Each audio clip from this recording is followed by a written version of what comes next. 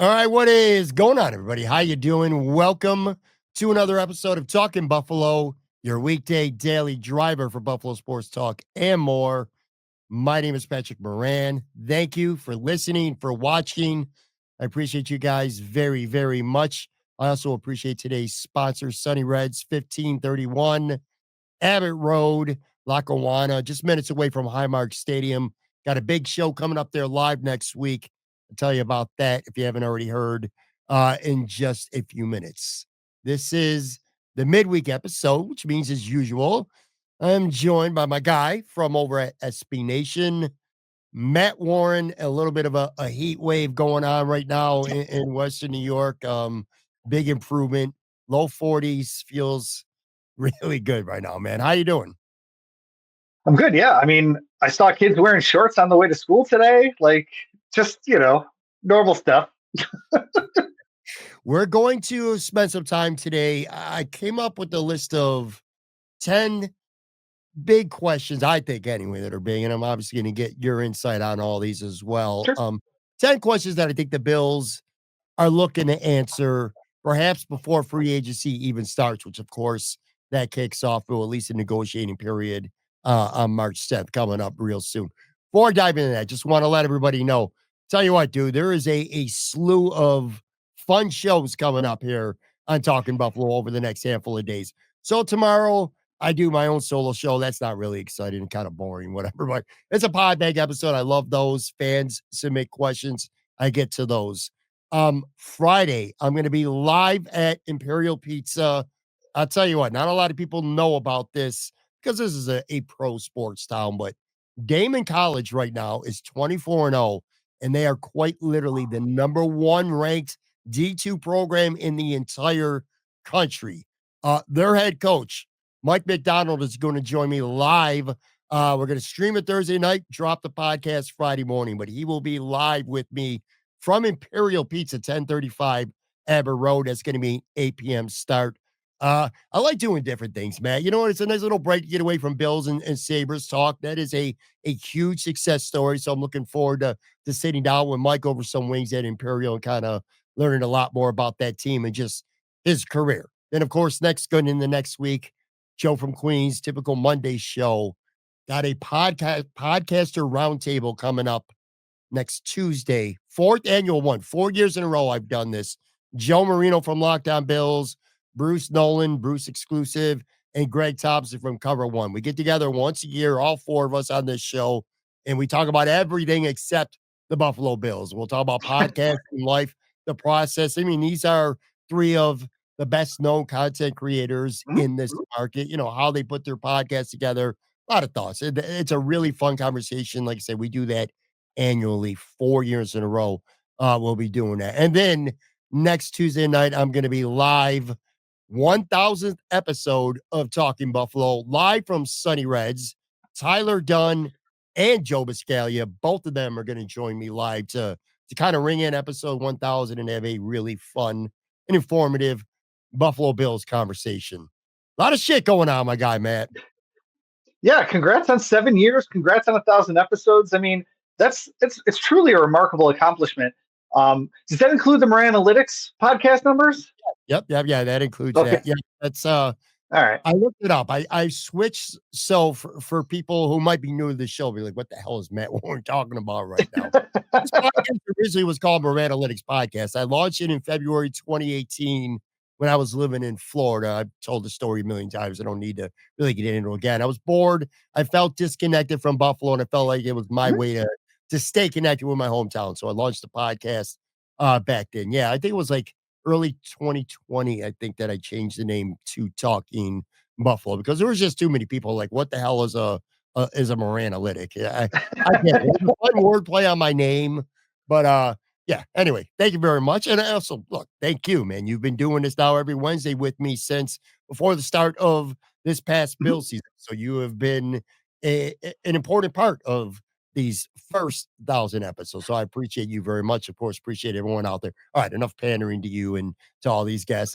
and all the fans. Okay, I'm picturing Joe from Queens right now losing his shit if he's actually listening to this, accusing me of pandering to everybody. I will say too, we're recording this Tuesday, late morning, like right before lunch. Brandon Beane is at the NFL Combine. He's going to speak to the media. We're recording this before he talks. So if there's anything worthy of a reaction on tomorrow's show, I'll react and bring up what Brandon may or may not talk about here later on Tuesday. But like I said, I got 10 questions that I think the Bills are looking to answer or want answered maybe before free agency even starts. So let's start with the first one right here. Von Mhm. Miller gets either a pay cut or he gets released, man. I think one thing we can all agree on, Von Miller is not going to play what his 2025 cap Right. numbers. That's not going to happen. I think the question comes, do they get him to take another pay cut like they did last year? Or do they just wash their hands and say, all right, this is the end of the road, which they could cut him now. They could cut him now and post designated for June 1st, which I think is a bad idea because you would be carrying so Same. much dead cap into 2026. We've talked about this. If you're going Mhm. to make that break, do it. Take your medicine with him now so it doesn't linger on. I want to get your thoughts on that, how you think they might proceed with Von Miller. I think I changed my mind on what I expect or what even maybe what I want, but I want to hear from you. Von Miller getting a pay cut or getting released. What do you think the Bills are thinking and how that may play out? Well, Sean McDermott spoke at the combine on Monday, and he didn't really Mm, give a glowing answer on Von Miller. I thought all along that they were just going to cut him, and I would not do the post June 1 release either, just because I want that cap space now as yep. opposed to in June when the free agents aren't available. So that's my reason. Doesn't even have anything to do with 2026. I just want to be able to use that cap space. Um, I think the Bills are clearly looking for an upgrade.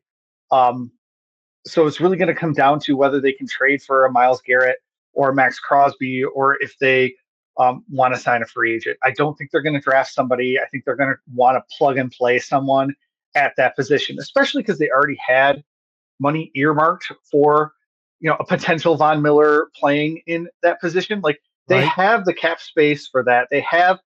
Like they had already planned out like their financial situation on the defensive line. So I think it makes sense to put a veteran in there, whether you're talking about trading for a Myles Garrett, which I still think is the best option from a player standpoint and really from every point. Um, I'd rather have Myles Garrett in there. They could, however, choose to go that free agent route and not give up the draft pick. There's a couple of very interesting names, I think, on the defensive end market. Um, but I don't think that they're going to end up with a Von Miller pay cut in there. I Who, just think they want to upgrade. who do you think you just said there's a couple interesting names? Who are a couple potential free agent edge rushers? And that if they can't go to Myles Garrett or Max Crosby, Hendrickson, Parsons, all these guys that we're hearing, I think most of it is hogwash. I think a couple of them may be legit, but others aren't. But anyway, if they went the free agent route, who could be a couple edge guys that you would have interest in? Sure. I mean, again, it always depends on how much money you're willing to spend. I mean, Khalil Mack is the clear top pass rusher. Yeah, Obviously, his ties to Buffalo, would be interesting. There's Josh Sweat out there. There's a couple like boom or bust guys that I'm kind of interested in. But again, that's like down the list. We're getting further down. yeah. But like Malcolm Kuntz and Chase Young are both set to be free agents. I would totally, yeah, I like boom or bust guys as opposed to like sorry, Chris Kelsey. I'm going back into the bag here. Like, like low ceiling, high floor guys. I don't really like those guys. I kind of like the more of the boomer bust prospect. And so like Malcolm Kuntz and Chase Young could fit into that kind of mold. So circling back here to Von Miller, do Sure. you think the Bills have a let's wait and see what we get in free agency or what's out there or available via a trade, and then you make your move with Von Miller? Or do you think that they decide before maybe March 10th to make this move and do away with him now? Because obviously, if you were to cut him tomorrow, today, whatever way you want to look at it, and we Mhm, both agree June 1st, I think would be a mistake for both reasons. A, like you mhm, said, you want to have that cap space available now, not June mhm. 1st. And also, you would rather eat more dead cap now as opposed to spreading it out and carrying on the future years. So we both have a reason why, you and I, different ones, but it comes to the same point. I don't think a June 1st is going to happen. It would happen now. They would eat $15.5 million of dead cap money if they cut him like when this podcast is over, but they would have like about 8.4 million in cap savings right Mhm. now. Do you think they make that move before March 10th, possibly to have that cap space from day one? Or do you think they hold on to him and say, well, let's see what we can do, and if something comes along, then we make that move? There's no incentive for them to release him early or late. Um, there's no like roster bonus or guaranteed money coming into play, so they can release him whenever they want to. Really, um, I think it's a key part of them getting under the cap before the league year starts is to figure out what they're going to do with Von Miller. Because you said it's $8.5 million, and right now they're around that over the cap, and they need to be under by that March 10th. Well, actually, it's the whatever Wednesday date is. Um, so they need to be under the cap by then. If you release him now, he has a chance to sign with teams before the Yeah, rest of the free agents come around, and so that would be a favor to him. Just yeah, like just like Von Miller did a favor for them last year, taking a pay cut. yeah. So I can honestly see reasons for them waiting until mid March to do it, and I can see reasons for them to do it now if they are certain they're going to move on from him. I'm glad you brought that up because that's something that I've kind of learned a lot about when it comes to teams. They really Mhm. like at least the good organizations like Buffalo. They'll try to give you an opportunity. They try to do right by the player as long as it doesn't hurt the team. You know what I Mhm. mean? So Mhm. moving on from him early and saying, well, you know what, we're going to give you an opportunity now to go sign with somebody as opposed to 3 weeks into free agency when this potential trade for Myles Garrett might go down the week of the draft because now these other teams have signed free agents and then, the market might be smaller for you. So I could see them making that move now. Here's where I said I think I might have changed my mind though, Matt. Let me know where Okay. you're at with this scenario, this possibility. I have been very much pro it's time to move on from Von Miller. Uh, Not because I don't think he could play football anymore. I mean, his win rate, pass rush percentage was good. He did some good things last season. He actually was okay against the run, surprisingly, as well. But here's the thing. I go back to the Chiefs game. I'm like, well, dude played 16 snaps. Go to the Ravens game, he played 17 snaps. I keep saying that over and over because it bothers me. I thought he was being ramped up for the playoffs, coming back from the suspension, fresh legs, playing it with him a little bit. They're going to ramp him up to at least 45, maybe even 50% of the snaps in the playoffs. That didn't happen. He was playing about 25% of the snaps in the playoffs for the Bills. But now I'm like, AJ, I look at AJ Epinesa and I'm like, this guy's been playing now 4 years, 5 years on the team, 2021, 22, 23, 5 years. Yep. You know what he is. I don't think you're going to, what he is what he is. I don't think there's any room for growth. I mean, there's not for Von Miller either, but I feel like Von Miller he has the ability to be more impactful. I guess what I'm trying to get at here is if you could get Von Miller to take that major pay cut and say he's playing at like what he did last year, maybe even a little bit less this time around. He's a year older and he probably has even less options in the open market than he would have a year or so ago. And I look at AJ Epinessa's cap number this year. It's 7.487. So let's just say it's 7.5. And you can get Vaughn to play for close to that. You could move on from AJ Epinesa here. First of all, you're eating less dead cap money. You're only eating 4 million in dead cap as opposed to eating 15 million in dead cap. That's a lot of money in Terry Pegula's pocket. And then the savings would be, well, it would be less. You would be saving 3.4 million as opposed to 8.4. So you're saving about 4.5 to 5 million less in cap space if you move on from AJ Epinesa as opposed to Von Miller. But Vaughn could be that fourth guy or whatever. I don't know. I'm at a point with AJ Epinesa where it's like I could easily do without him. What do you think about that as a possibility? Does that intrigue you, or are you like, you know what, the money, the age, the fact that he can, I supposedly he's supposed to be a little more versatile, I guess. Um, Splashy guy, but I don't know. Does that intrigue you at all? The possibility maybe you rework Vaughn's deal, you keep him, and it's actually AJ Epinesa that you end up doing away with. Less dead cap money, less cap savings. Yeah, I mean, maybe I think that they value what Epenesen can give them on a play-in and play-out basis. To your point about Von Miller playing only 16 snaps and 15 snaps in those playoff Mhm. games, I don't have it in front of me, but Epenesa's snap counts were obviously higher than that. And they're not paying AJ Epinesa $7.5 million this year. I don't know what it is. I'm trying to get it pulled up here real quick. So his salary is going to be a lot lower than Von Miller's just in general. So as a rotational piece, as your third top backup defensive end, I'd rather have AJ Epinesa than Von Miller personally. Okay. And again, it makes Yeah. a lot of sense, especially financially. Like I said, you're talking about a $5 million difference in cap savings by cutting Vaughn as opposed to AJ. All right, let's move on to the next one here. How much stock? And then again, this is me picturing the Bills going through their process right now, and I want to get your insight on this. How much stock is Brandon Beane and company putting on Greg Rousseau's performance in the AFC Championship game, which was a colossal disaster? Him personally, his performance, he was Mhm. awful in that football game, but he was very good during the regular season. You and I have discussed this before. I think there needs to be a little bit of a curve. I think more emphasis should be put on what players do in the playoffs as opposed to the regular season, at least when you're trying to win a Super Bowl like the Bills are right now. How much stock, if any, do you put into that Kansas City game when it comes to do you want to give Greg Rousseau that 4 or 5 year extension that we all know is going to cost 22 to $25 million with the salary cap going up? So, the number's not quite as crazy as it would have felt like 2 years ago. It's still a big number. It's a premium contract for a premium position.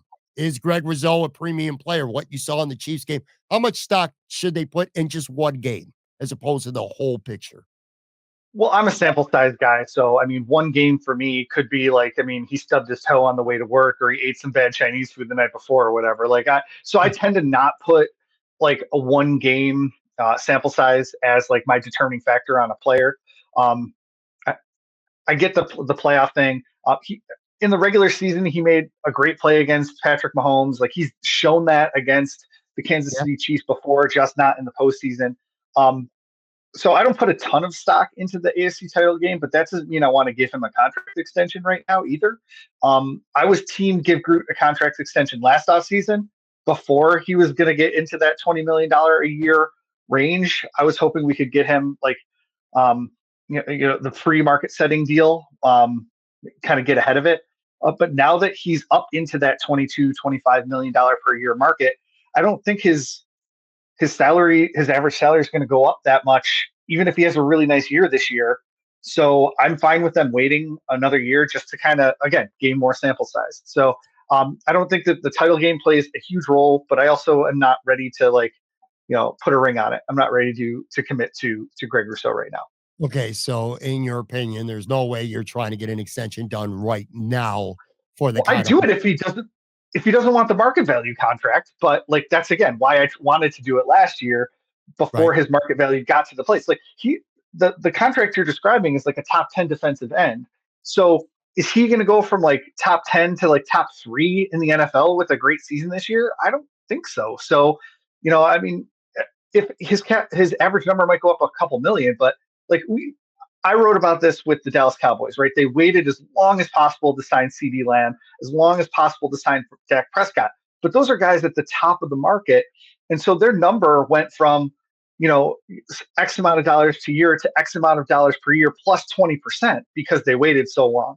Whereas, like with Greg Rousseau, I just don't think we're going to get a jump from, say, $24 million a year in performance to like $33 million a year in performance. I just don't see that kind of year from Greg Rousseau. And even if he does have that 1 year, I just don't see him signing a top of market deal. I see him signing like a top 10 deal, which is where he's already at. So I just don't see the need to get it done this year to save down the road. I always get nervous with free agency because there just always seems to be a Patriots or Jaguars or Chicago Bears team out there that just kind of will grossly overplay a player, or they'll give them so much guarantee money, so much a front loaded contract that it's hard for that player ultimately to say no. I think I'm with you in part because I do put maybe more stock than I should on one football game. I need my best players to play the best in the biggest and most important games, Mhm. and he didn't. He's got $13.9 million coming this year. That's fully guaranteed. I'm at a point right now where let's leave that alone. Let's see how it plays out. For the most part, I agree with you. Let's just say that he does take that next step. And by next step, look, he's never had more than 8 sacks in a season. Let's say he gets to Mhm. double digit sacks. Let's even give him 11 and a half sacks this coming season. He gets to the market, to your point. If he's getting 22, 25 now, what's he going to get? 24 to 27, $1 or $2 Mhm. million. Are you going to not pay that? My concern is right now, you're the only team. My concern is if you absolutely want him for the next 4 or 5 years.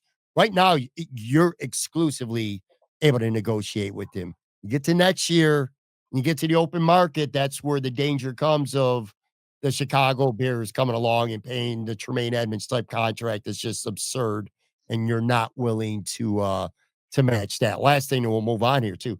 You do have, and I know you've been pretty vocal about this on the show to not do it, but you always do have that franchise tag. If he's worth 25, 26, $27 million, you could tag him after this year, and it's not fun, and no one wants to do it because you have to eat that cap immediately. But that you can tag him with the intention of saying, hey, we're going to work on an extension. The goal is to get you a long-term deal. My point is the Bills don't have to let him walk. If they don't cite him this offseason or to an extension, and he's great next year, they don't have to let him walk. They do have that ability to tag him, but I know you don't like that.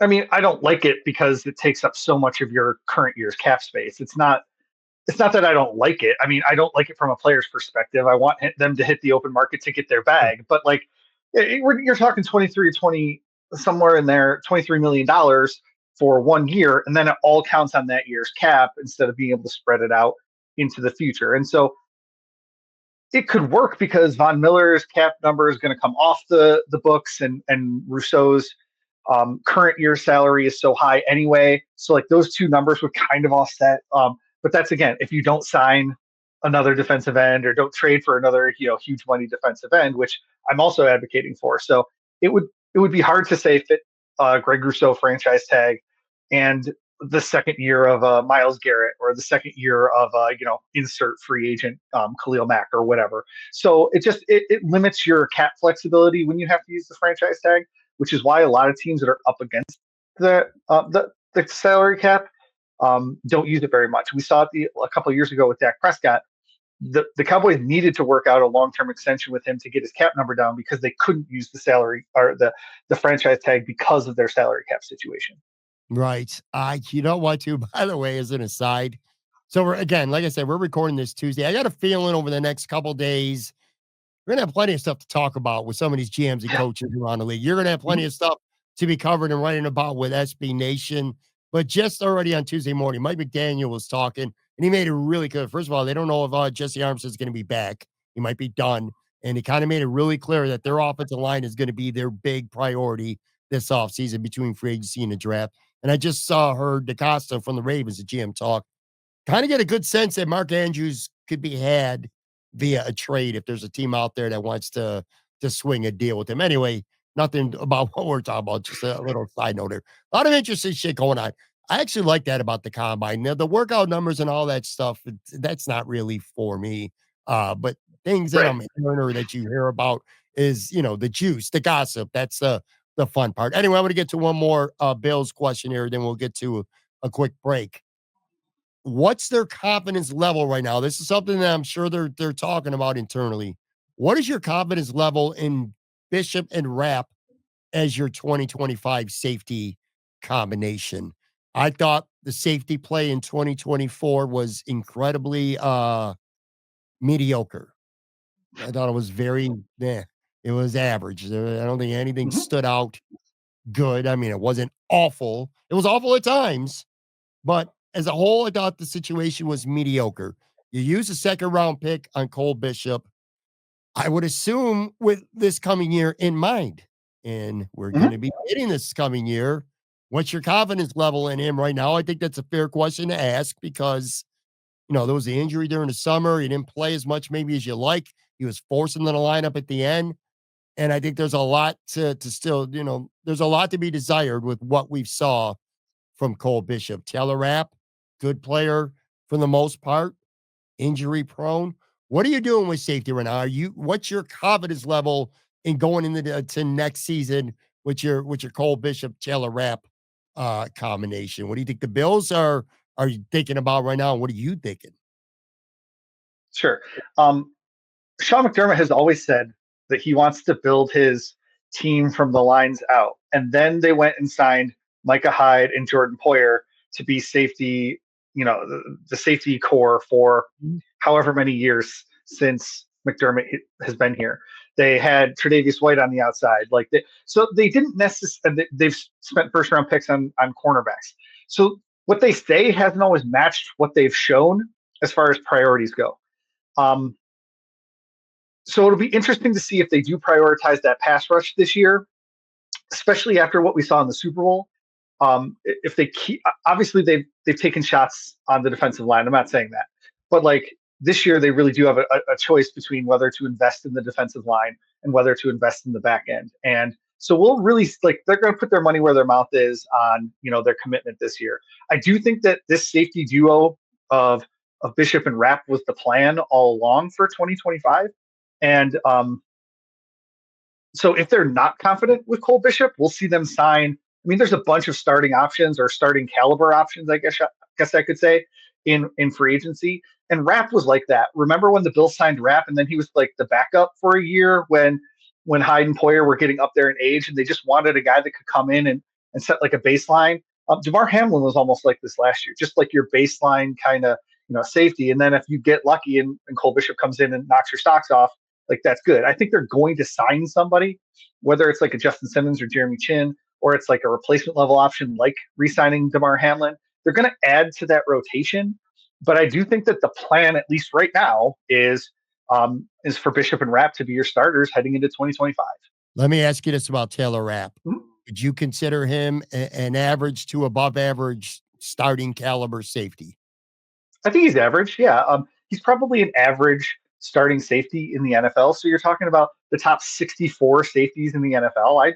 Um, are starters. So if he's like 35 or 32, somewhere in there, he's like kind of an average starter. And I mean, we saw this in the Baltimore game in the playoffs, right? Like he had that interception because they were able to get some pressure from the front four. So like that's what the Bills keep saying they want to do. So if you're going to invest in something, Rapp can clean up the mess in the back, and Cole Bishop can clean up the mess in the back if your front four can get to the quarterback. And so they keep saying they want to do it. Like, let's see if they're actually willing to like push all their chips in on the defensive line.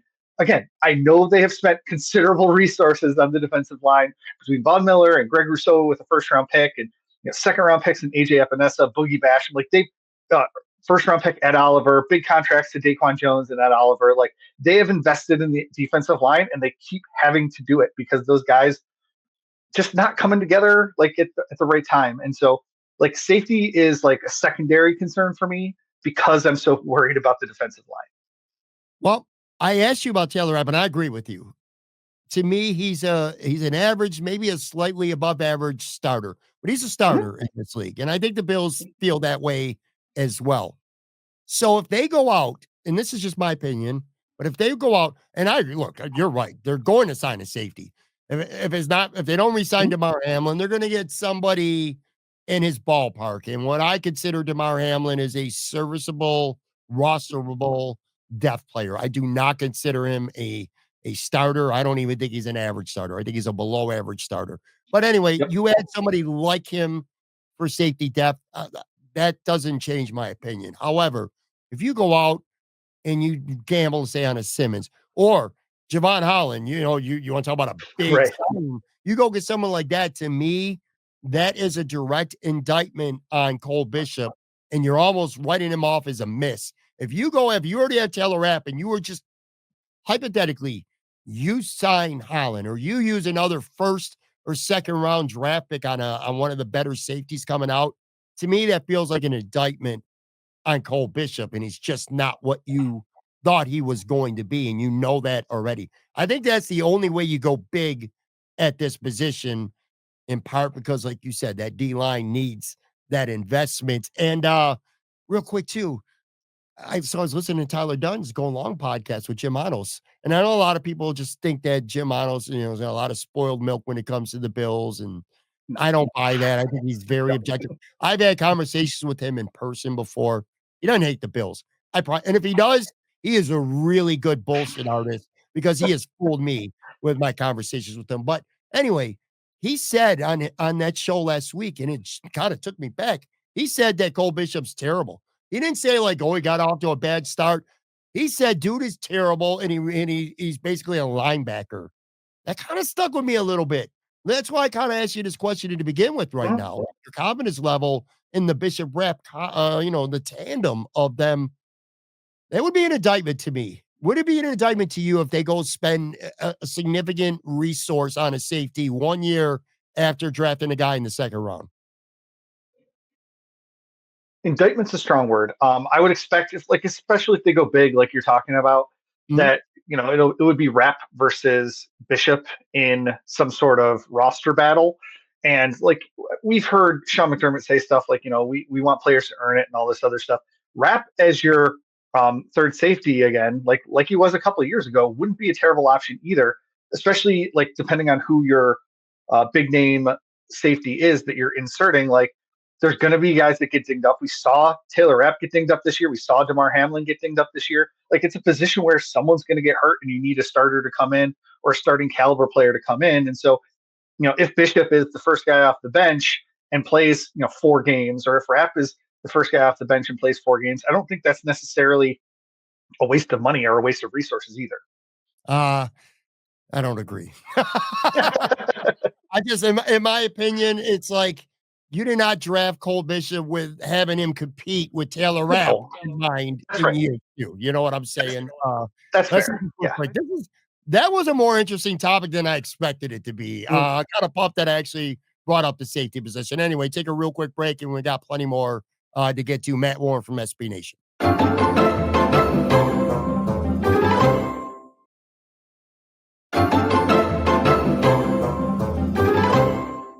Sometimes when you're doing a podcast and you're thinking a conversation will go one way, and I was already going to ask and still will about potential buyer's remorse with Keon Coleman. I didn't really anticipate that we would be having a discussion if there's already some buyer's remorse about Cole Bishop as well. So anyway, I didn't expect that. Let's move on. This one should be a little more straightforward.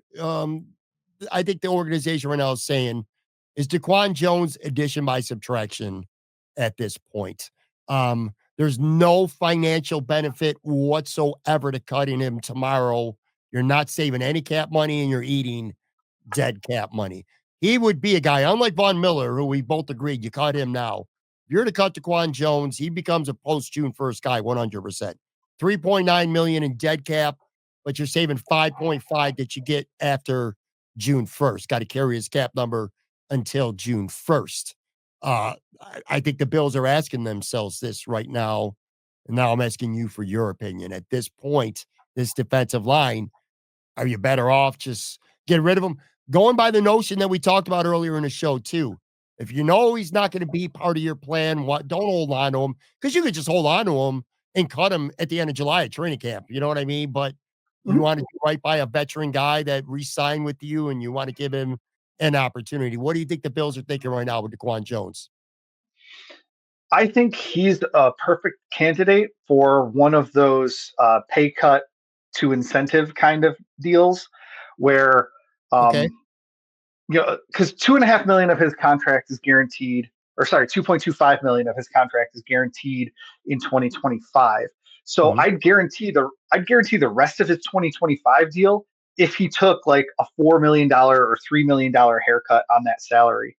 And for him, that's probably a good deal. He's not going to make 5 million on the open market at age 34. So, just cut like what 2.5 million or something off of your base salary. I'll guarantee the rest, and like you can ride off into the sunset next off season at the age of 35, kind of like the retirement tour or something like that. Because like you said, cutting him Like I personally would just cut him and like not do the post June first cut. They could do that certainly, but he'd be carrying that $9.4 million cap hit until the summer. His play has fallen off, and so that's why you do the pay cut and then give him some incentives that he can earn if his play returns to that high level. I just think that he's a perfect candidate for that kind of conversation. I actually like that idea a lot now that you bring Mhm. that up. Because yeah, $9.4 million he's not worth $9.4 million to the Buffalo Bills at this point of his career. He's just not. I don't think he's a starting caliber player anymore. You could do a Right. lot better, and I think the Bills will find better, whether it's via the Mhm. draft or a free agent or a trade, which we'll talk about at the end too. I do like Right, your but point. I pay him 4.5. I just don't want to pay him 7.75. Just Look at him instead of looking at the guy who was the first month in 2023 who was a stud. mhm. Let him be your Austin Johnson for 2025. So yeah, he could still be on the roster, but you could take it up a pay cut like Von Miller did last year. He'll give you 30, 35, maybe even 40% of the snaps. I don't want him being out there with Ed Oliver on first and second downs in critical parts of the game. I just know they could do better. So that's something I'm sure that they're discussing. Another one, and this involves Dorian Williams. And I've done the math. I've listened to what you've said, other people as well. I do think Matt Milano is staying with the Buffalo Bills. It's just not Mhm. worth it financially. You don't get nothing by cutting him now. June 1st, you're waiting, you're carrying a cap number. Plus, it's a lot of dead money to carry into the following year as well. Plus, he got play goddamn well in the playoffs. All right. So Matt Milano staying in another year. To me, Dorian Williams is still a good young player ascending. Milano's back up. They use him as the 4-3 linebacker. That's obvious. We know that. I think right now the Bills are probably asking themselves, I want to get your take on this quickly too. Get Dorian Williams work at backup Mike alongside Milano. Like, don't you think Dorian Williams, who by the way played middle linebacker in college, or at least some middle linebacker in college, he's a better depth piece than Balin Spector. That's my, I guess, my take. The Bills should be getting him all the reps they possibly can behind Bernard because Bernard, Milano, these guys get hurt, man. And Dorian Mhm. Williams is far and away your third best linebacker. You think this is the year where it's time to get him work at Mike linebacker as well? He knows the league now. He's been around for a couple of years. Feels to me like he would be best served to back up Mhm. both positions instead of just one.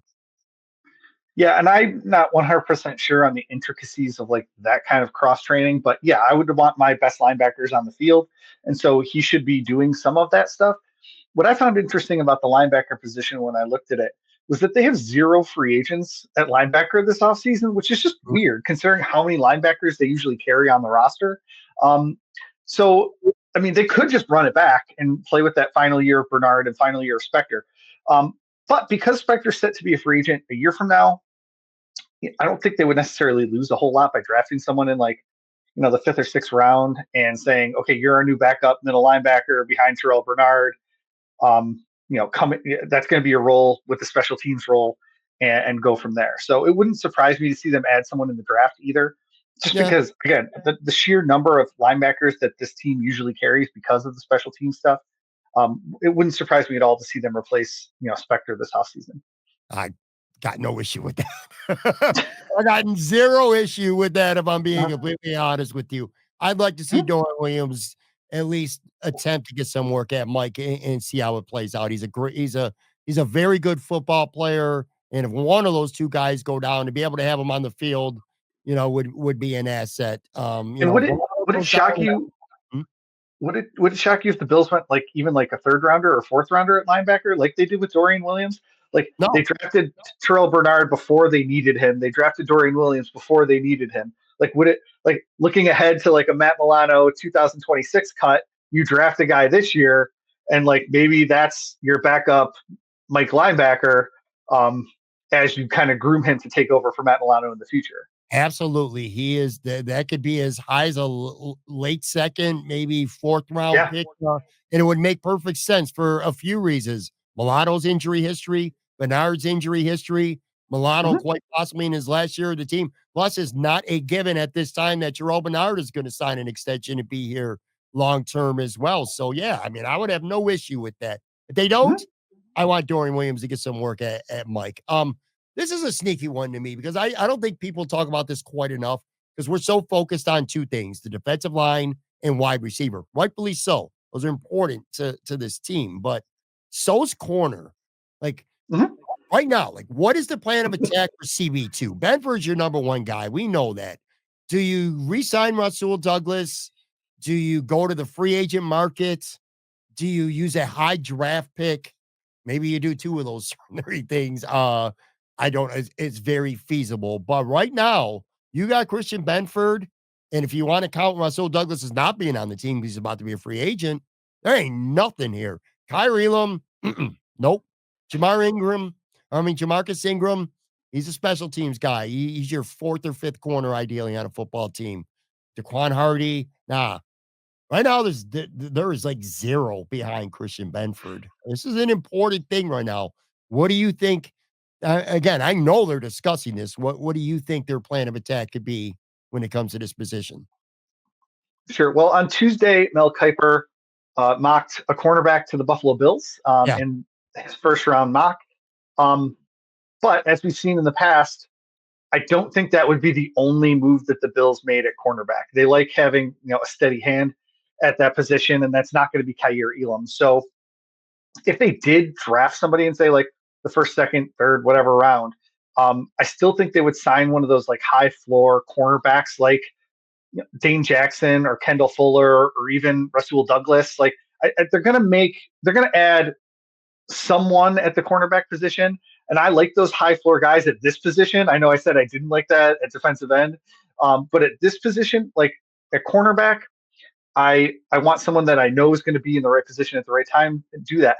If they think Douglas is that guy, which I mean, I think his skills have clearly declined since he joined the Bills, yeah. um, then they could re-sign him. But like, I do like the Dane Jackson like move because they know what to expect from him. They know what they're going to get from him. He dealt with some injuries last year in Carolina that shouldn't impact like his overall performance. So, draft a guy, at some point on the first 2 days, bring in Dane Jackson to pair with Christian Benford and hope that like that draft guy can take over for Jackson sooner rather than later. And then you got a solid like trio or four, cornerbacks that you can rely on. And that's again where I go at the cornerback position is reliability as opposed to necessarily game breaker. I want my game breakers on the defensive line. CB3 would be great for Dane Jackson. Like if he's going to come here and be that third corner, like Kyrie Elam was, or at least Mhm. supposed to be Yeah. this season, that would be Or Dane Jackson was 2 years ago. Like 100%. I would, you know what? This is a position where it could go anyway. It could go so many different ways. Defensive line, I think it's obvious. It's glaringly obvious. The Bills are not going into week one of the 2025 regular season with a starting four of Ed Oliver, Daquan Jones, Greg Rousseau, and AJ Epinesa. Ain't happening. I'm telling you now, they're going to get one or two guys that are going to be new starters on that team. Corner could go so many ways. You could just patch it up. You could bring Russell Douglas back, give him a 2-year contract, avoidable year or something like that. Get him back in the mix, draft and develop a corner, or Dane Jackson could be the third corner, however way you want to look at it. They could shoot high. We who knows? They could go DJ Reed or take a shot at Javarius Ward, Byron Murphy Jr. There's some pretty good names out there. Jair Alexander is a very intriguing guy, one of the better corners in the league, but dude, don't ever stay on the field. So you're going to hold your well, breath with him every single game. I don't think they're going to do that if they want to pay Christian Benford next year. So, like, you can't have True. two cornerbacks at the top of the market. So, if you're intending to re-sign Christian Benford, you should not sign one of those top high-end cornerbacks this offseason. And again, that was the plan from the beginning. Replace Tre'Davious White with Kyer Elam. Now, that didn't work out. So, you can sign one of those guys, but drafted the same year as Kyer Elam was, Christian Benford. And so, like, you can have Benford be your high end starter, and then you keep replacing the cycle on the other side with, that kind of mid tier free agent starter slash, Sure. first overall or not overall, but like first round pick, and start that cycle over again. Sure. I mean, look, they can pay two corners and say, you know what, we want to have, the highest paid corner tandem in the league and do the best. That's probably, in fact, not probably, it's definitely not ideal. Ideally, in a No. perfect world, you sign Benford long term and you draft a really good rookie who hits, And now you got your corners set up for the next 4 years, maybe even 5 Yep. years going forward. That's ideally. Before we move on, I'll throw two other little just fun names at you, just for the hell of it. You're looking for a little stop, a little bridge, to a rookie or whatever.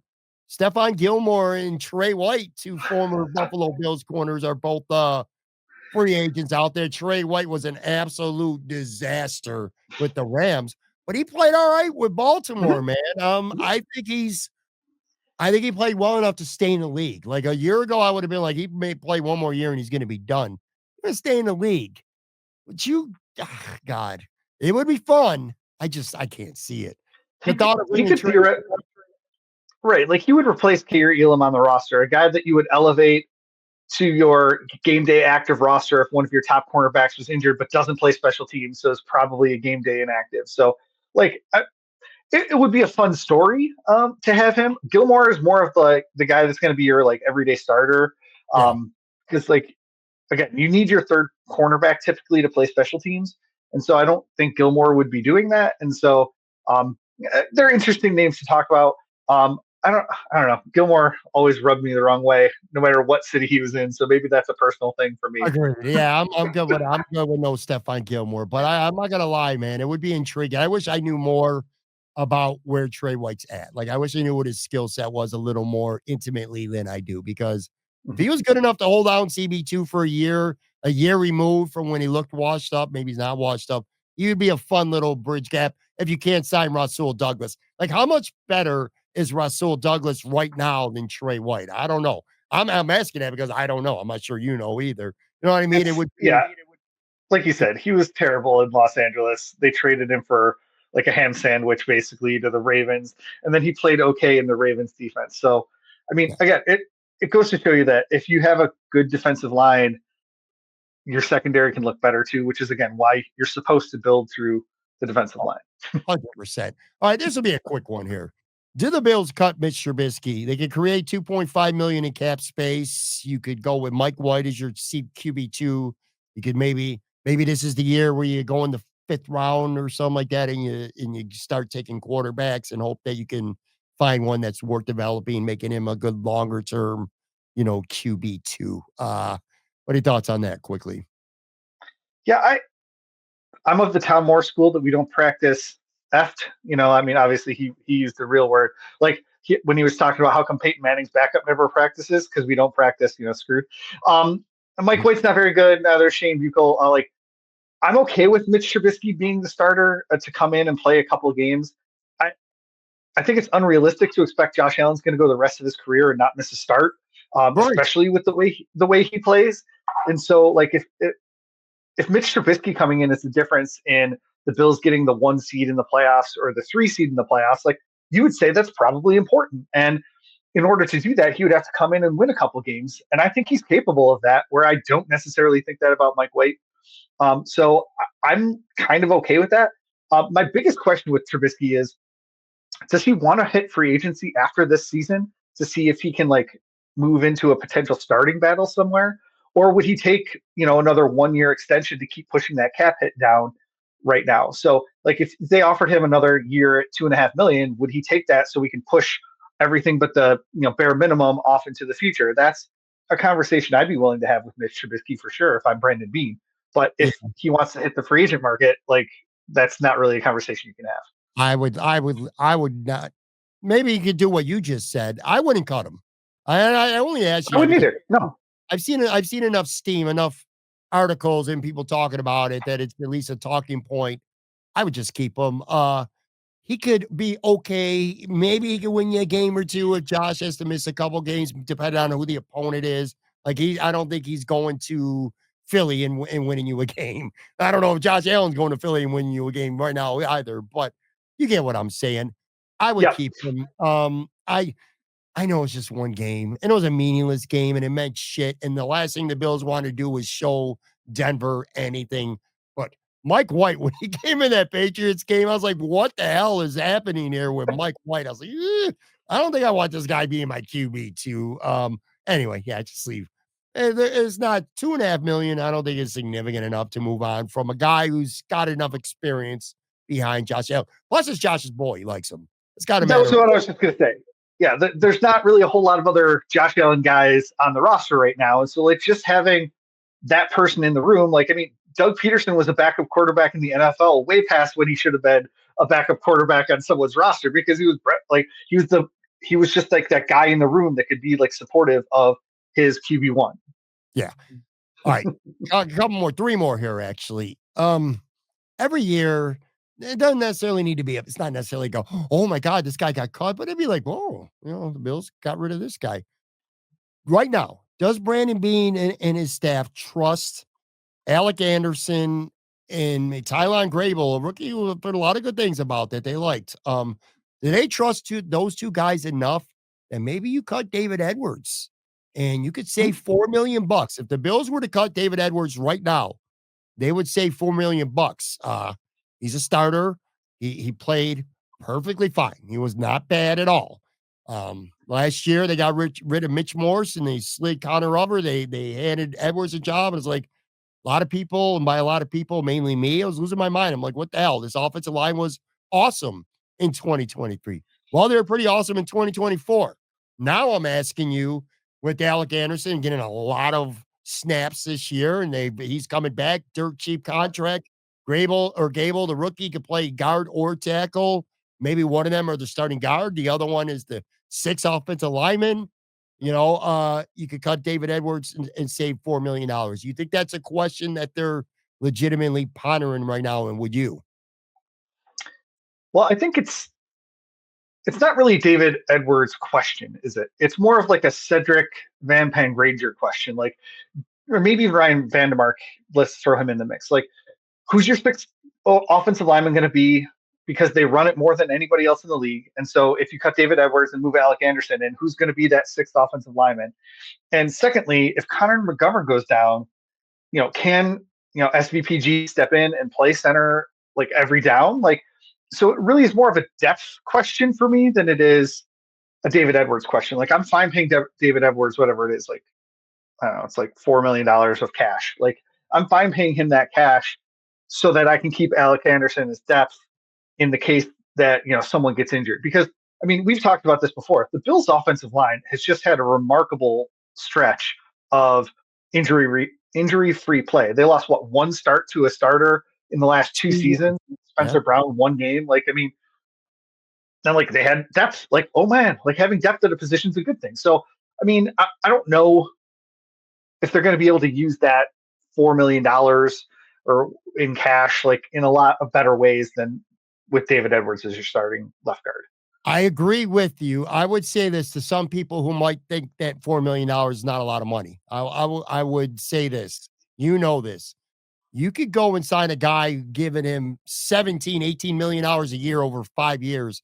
That first year cap hit will be around $4 million the way contracts are structured. It'd be something crazy low that first year because they're getting the minimum base salary and spreading the signing bonus out, all that stuff. I think that's kind of my point. I think they're taking a long look or should be taking a long look at how do they feel about Gable as a potential starter?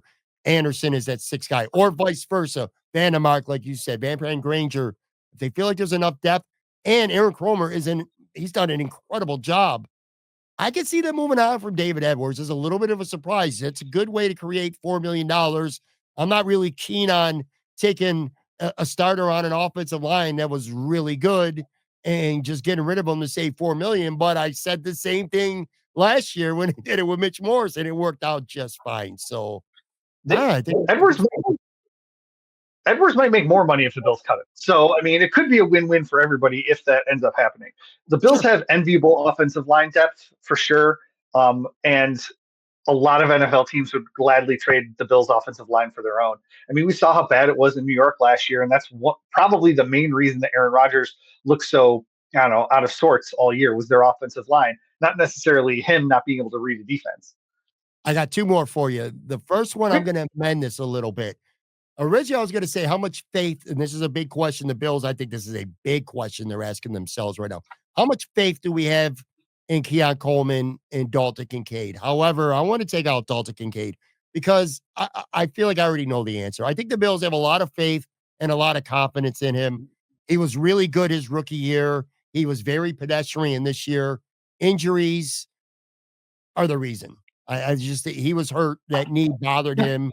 I think they have full confidence in him going forward. Sean talked about on Monday. He's just got to get bigger, stronger. The way he plays football, he's just got to get bigger. He's got to get stronger. They're going to focus on that, but I don't think they're concerned about his skill set, his ability. So I actually want to remove him from this equation. How much faith does Brandon Beane have right now in Keon Coleman? If you got a lot of faith in him, I don't really know that they're going to do much in terms of wide receiver during free agency in the draft. I do think they want to bring Mack Hollins back no matter how this plays out because he's a really good wide receiver for. But let's just say you're pretty high on Keon and you have a lot of faith. Not what they tell us on the microphone, not what they're telling the public. Behind closed doors in that war room, if they truly legitimately have a lot of faith in him right now, then I think you bring back Mack Hollins. You got Mack, you got Keon, you got Samuel, you got Shakir. You're not spending any significant resource on basically a fifth receiver at this point. If you think Keon Coleman is what you hope he's going to be. But if they got less faith in him, and it's sure like those tea leaves that they're talking about, they're very disappointed in how he came back from that injury. And I think there's other things maybe not being discussed when it comes to Keon Coleman that they're a little bit disappointed in as well. A lot of growing to do on and off the field, I think, in some areas. But if you got less faith in him, that's where guys like Hollywood Brown might come in, or like a Slayton or bigger. Who the hell knows? That's a question they're pondering. I'm sure you agree with that. What's your inclination? What's your gut saying right now? sure. And I think part of it goes to like how he responds to the criticism that they gave him at the end of the regular season. They were pretty critical of him in that end of season press conference. I don't think Sean McDermott walked any of those comments back at the combine either. Like He definitely did he not. needs, yeah, he needs to be better. I mean, and also, you didn't mention that he was benched for part of a game because he was late for team meetings. Like Yep. to your point about growing up, like so how did he respond to that benching? How does he respond to these comments at the end of the season? I think matters, and we're not going to know that for a long time personally outside of the organization. I keep looking at that core four group of wide receivers with Coleman, Shakir, Samuel, and Hollins, and I think Coleman's ceiling is like a high end receiver too, and his like what he did last year was like low end receiver two stuff. And so like I'm not necessarily counting on him on making like some huge jump. I want him to be more consistent for sure. But I thought his numbers were like okay when he was healthy. I'm more worried about the thing that Sean McDermott was asked about at the combine by the Bills press corps, to their credit. Like, who's that field stretcher? Who's going to be able to get Coleman open underneath, to get Shakir open underneath, to get Kincaid open underneath, or Dawson Knox? So, like, I still think they need to add somebody to that wide receiver room just because of a skill set issue, unless, like, you think Curtis Samuel is going to be able to do that. And so it's not necessarily like I'm still in wait and see mode with Keon Coleman for sure. I'm kind of more worried about like what is Curtis Samuel going to bring to this. And now that we have Joe Brady in his second offseason with like all these pieces, like can they develop something with Coleman, Shakir, Samuel, Hollins that they weren't able to do last year and force them to go out and trade for a receiver in the middle of the season? It's a little bit telling to me and almost weird how Sean McDermott on Monday was talking about speed and separation, how important Yeah, that is. Brandon Beane was talking about that last year, and yet they go and draft a guy at pick right. 33 overall who doesn't really represent what they're talking about. I think it comes down to also Josh Allen just won an MVP and he's still in his prime. Can you afford to waste a year of Josh Allen's prime having such a heavy investment? Let's just say they say, man, I expect him to be a lot better next year. And then you don't really address the position because now you're banking on Keon Coleman making that big jump. That feels really risky to me. Like, if you Mhm. don't hedge your bet right now at receiver and Keon Coleman still struggles and is plagued by inconsistency, that's worrisome. I feel like you're wasting a year of Josh Allen's prime. I mean, If I, I if I don't could think trust if I could trust Curtis Samuel to pick up the slack, or if I could trust Keon Coleman to pick up the slack, it'd be one thing. But I don't know if we can do that. And so I agree with your point. Like I don't wouldn't if if I don't want to waste it, like let's put something else in there. And like they did that with MVS last year. Like he didn't work out, but like they brought in another option. And so like you had like 5 or 6 things that you were going to throw at the wall to see what stuck. And then they even like they went to like plan D when they traded for Amari Cooper. So like you can see the thought process was there last year for the same kind of thing. Like we don't want to waste a year of Josh Allen, and so we're going to bring in all these different types of receivers and see if that works. And then when that doesn't, we're going to bring in Amari Cooper to see if that works. And like so they're going to keep trying stuff to your point. And I just it would be nice if we could trust anybody other than Khalil Shakir right now. What's your level of commitment, or what's your level of what you would allocate to the position right now, assuming they wouldn't make a trade? A trade is always on the table and anybody could be had via trade. But if you look at the names that are available or will be available, let's just say the high end is Devontae Adams. He's the high end guy right now. And Hollywood Brown, maybe bringing Amari Cooper back, maybe Darius Slayton, a guy that, he can get down the field, man. Maybe those are like your second tier guys, and then you just got guys like I don't know, like Mack Hollins types or MVS types. Is kind of like just another guy, bottom part of the roster. What do you think their commitment level should be to get in a receiver right now? Now, of course, you always got the draft as well. You could go back to the well when it comes to that. Do you think it should be a significant investment, or do you think they should just get a guy? Yeah, I mean, I think they need someone in their top 3 or 4, probably top 3. So like, to again, as a hedge against Coleman and Samuel, like having just another guy. Like I'm not a fan of like the $1.1 million contract for MVS that they gave last year. Like get somebody that's a step above that. Maybe it's a guy that you don't even pay a lot of upfront money to, and you see how he acclimates over the course of the summer. And then if you want to cut him during roster cuts, you can.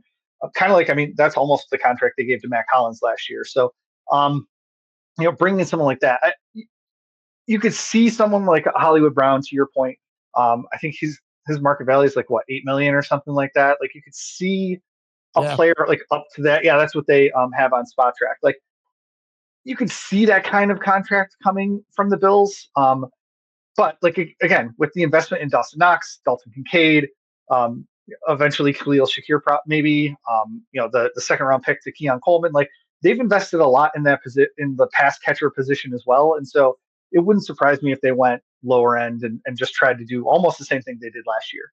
Last point here, question to ponder, and this one's very straightforward, so we'll get right to it. What is the price right now that Brandon Beane's willing to pay for an impactful edge guy? I'll give you 2 examples right now. I'm Cleveland Browns general manager Andrew Berry, and I'm calling you on the phone right now. You want Myles Garrett? What are you willing to give me? So I want you to answer that. Let's just use Myles Garrett. We already know you can include Max Crosby, pretty much close to the same, or maybe 1 or 2 other guys, but we'll just use Myles Garrett. That's one. I hang up the phone on you because you're not giving me enough.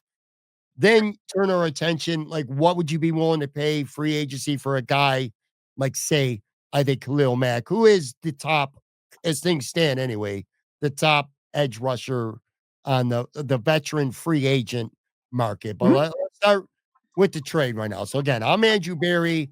I want you to hit me with your offer. What's the best offer that you're going to give me right now for me to trade you Myles Garrett?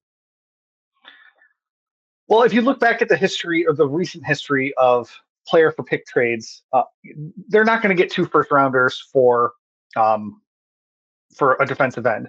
And, so I'm more of the, like, I'll trade you, say, a first round pick and a third round pick that goes to a second round pick if the Bills win the Super Bowl and Garrett plays 80% or 50% of the snaps, say. Let's throw like something like that in. Mhm. So I think that's not going to be enough for the Browns, to be perfectly honest with you.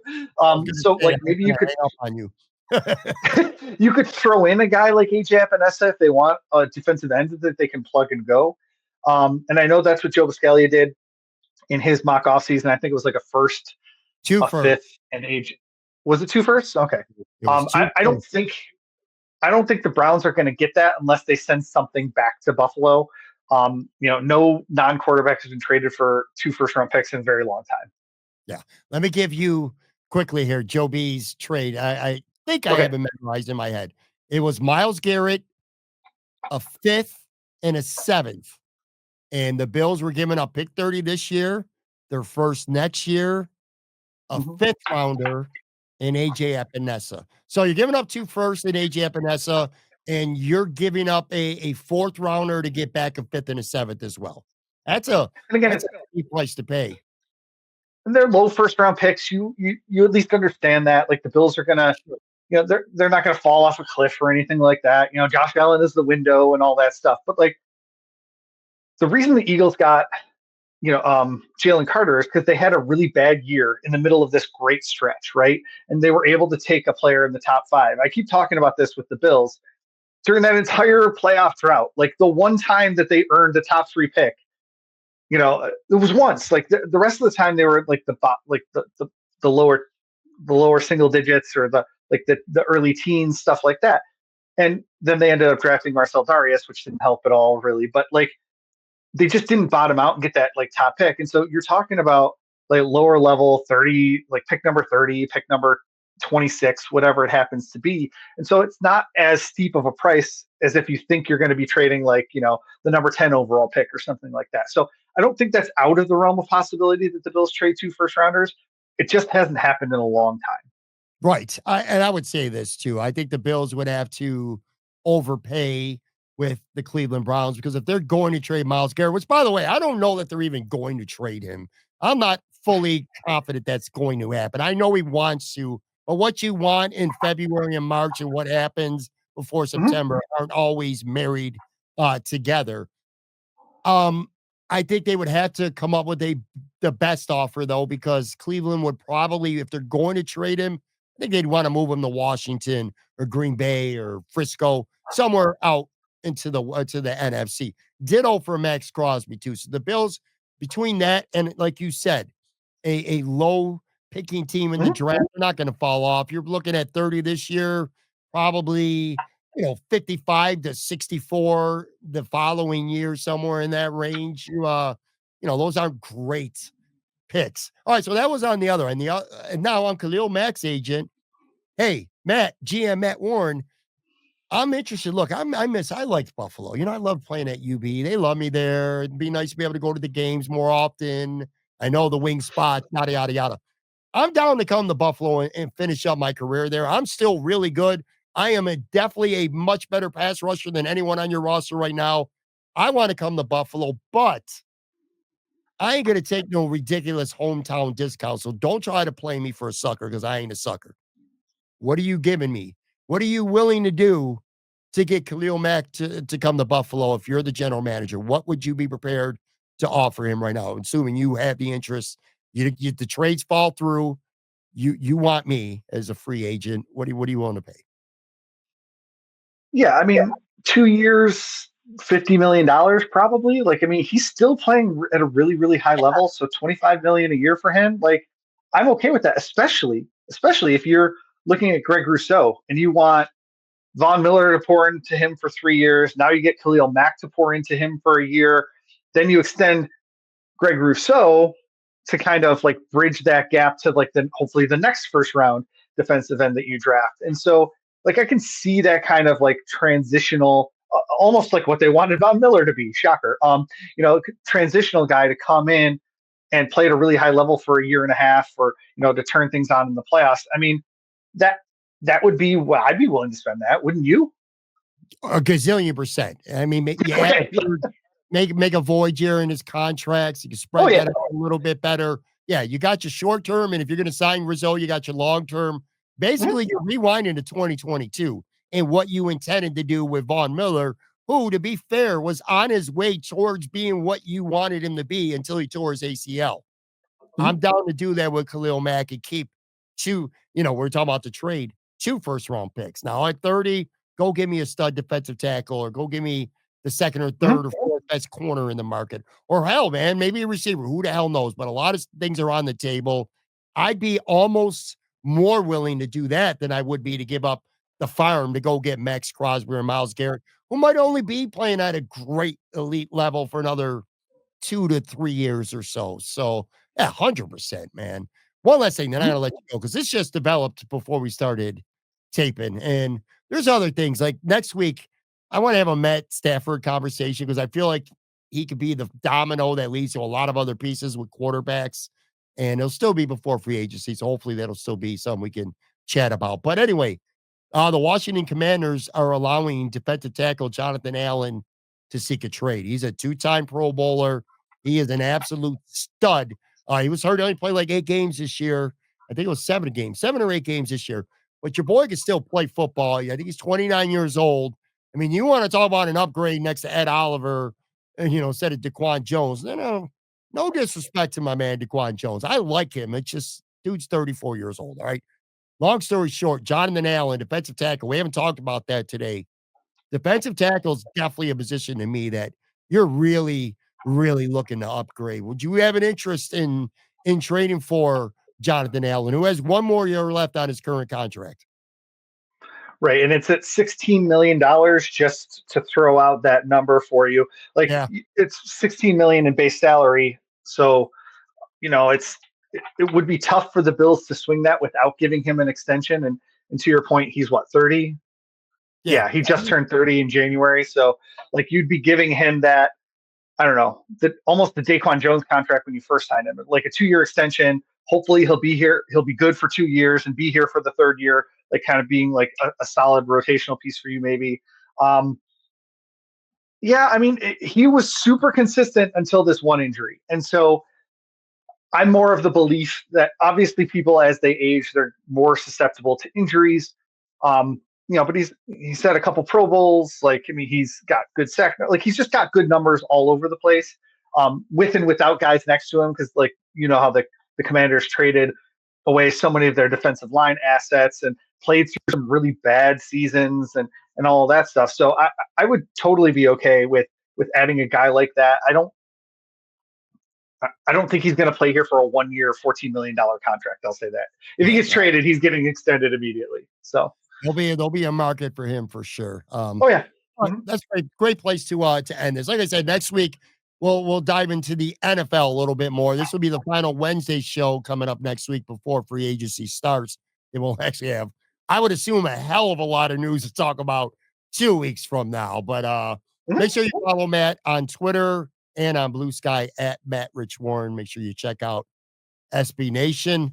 Good time as always, man. This was 10 topics that I really think the Bills are spending a lot of time. There's other things too, but really spending a lot of time thinking about. And I'm going to save my I'm very worried about this 2024 rookie class, my rant, I guess, for next week, maybe another time. okay.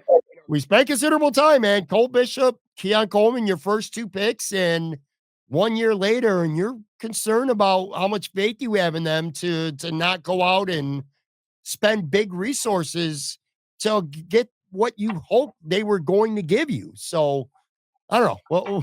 We'll talk about that more next week. I appreciate you as always for coming on the show. Like I said, tomorrow the Pie Bag episode. Friday, Mike McDonald from Damon College live from Imperial Pizza. Talk to you guys tomorrow.